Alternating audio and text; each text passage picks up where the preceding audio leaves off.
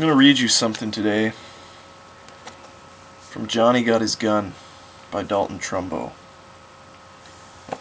This book is set in World War I and told from the perspective of an American who fought and lost everything in that war. He thought, here you are, Joe Bonham, lying like a side of beef all the rest of your life, and for what? Somebody tapped you on the shoulder and said, come along, son, we're going to war. So you went, but why? In any other deal, even like buying a car or running an errand, you had the right to say, what's there in it for me? Otherwise you'd be buying bad cars for too much money or running errands for fools and starving to death. It was a kind of duty you owed yourself that when anybody said, come on son, do this or do that, you should stand up and say, look mister, why should I do this? For who am I doing it, and what am I going to get out of it in the end? But when a guy comes along and says, here, come with me and risk your life and maybe die or be crippled, why then you've got no rights. You haven't even the right to say yes or no, or I'll think it over. There are plenty of laws to protect guys' money even in wartime, but there's nothing on the books says a man's life's his own. Of course a lot of guys were ashamed. Somebody said, let's go out and fight for liberty, and so they went and got killed without ever once thinking about liberty. And what kind of liberty were they fighting for anyway? How much liberty and whose idea of liberty? Were they fighting for the liberty of eating free ice cream cones all their lives, or for the liberty of robbing anybody they pleased whenever they wanted to, or what? You tell a man he can't rob and you take away some of his liberty. You've got to. What the hell does liberty mean anyhow?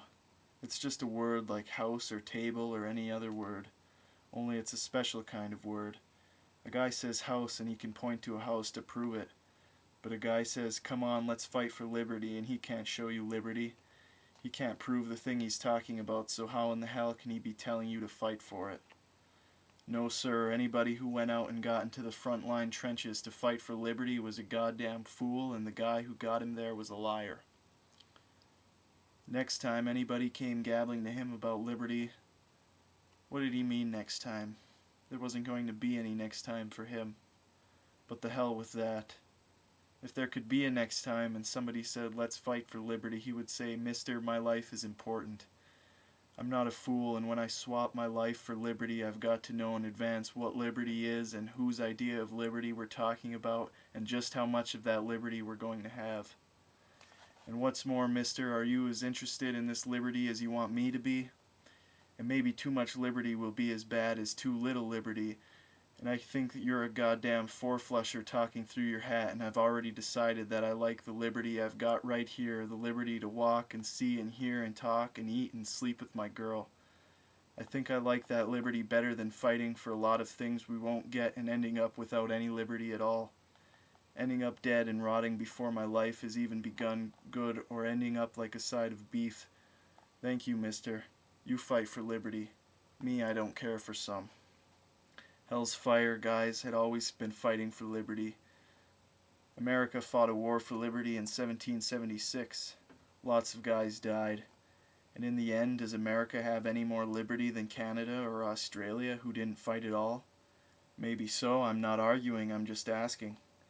Can you look at a guy and say he's an American who fought for his liberty, and anybody can see he's a very different guy from a Canadian who didn't? No, by God you can't, and that's that. So maybe a lot of guys with wives and kids died in 1776 when they didn't need to die at all. They're dead now anyway. Sure, but that doesn't do any good. A guy can think of being dead 100 years from now and he doesn't mind it. But to think of being dead tomorrow morning and to be dead forever, to be nothing but dust and stink in the earth, is that liberty?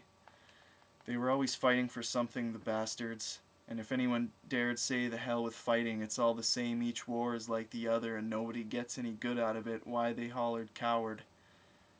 If they weren't fighting for liberty, they were fighting for independence or democracy or freedom or decency or honor or their native land or something else that didn't mean anything. The war was to make the world safe for democracy, for the little countries, for everybody. If the war was over now, then the world must be safe for democracy. Was it? And what kind of democracy? And how much? And whose? Then there was this freedom the little guys were always getting killed for. Was it freedom from another country? Freedom from work or disease or death? Freedom from your mother-in-law? Please, mister, give us a bill of sale on this freedom before we go out and get killed. Give us a bill of sale drawn up plainly so we know in advance what we're getting killed for, and give us also a first mortgage on something as security so we can be sure after we've won your war that we've got the same kind of freedom we bargained for. And take decency. Everybody said America was fighting a war for the triumph of decency. But whose idea of decency? And decency for who? Speak up and tell us what decency is. Tell us how much better a decent dead man feels than an indecent live one.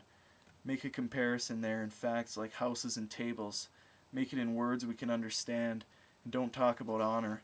The honor of a Chinese or an Englishman or an African Negro or an American or a Mexican. Please, all you guys who want to fight to preserve our honor, let us know what the hell honor is. Is it American honor for the whole world we're fighting for? Maybe the world doesn't like it. Maybe the South Sea Islanders like their honor better. For Christ's sake, give us things to fight for we can see and feel and pin down and understand. No more highfalutin words that mean nothing. Like native land. Motherland, fatherland, homeland, native land. It's all the same. What the hell good to you is your native land after you're dead? Whose native land is it after you're dead? If you get killed fighting for your native land, you've bought a pig and a poke. You've paid for something you'll never collect. And when they couldn't hook the little guys into fighting for liberty or freedom or democracy or independence or decency or honor, they tried the women. Look at the dirty Huns, they would say at them, how they raped the beautiful French and Belgian girls. Somebody's got to stop all that raping. So come on, little guy, and join the army and save the beautiful French and Belgian girls. So the little guy got bewildered and he signed up, and in a little while a shell hit him and his life spattered out of him in a red meat pulp, and he was dead. Dead for another word, and all the fierce old bats of the DAR get out and hurrah themselves hoarse over his grave because he died for womanhood.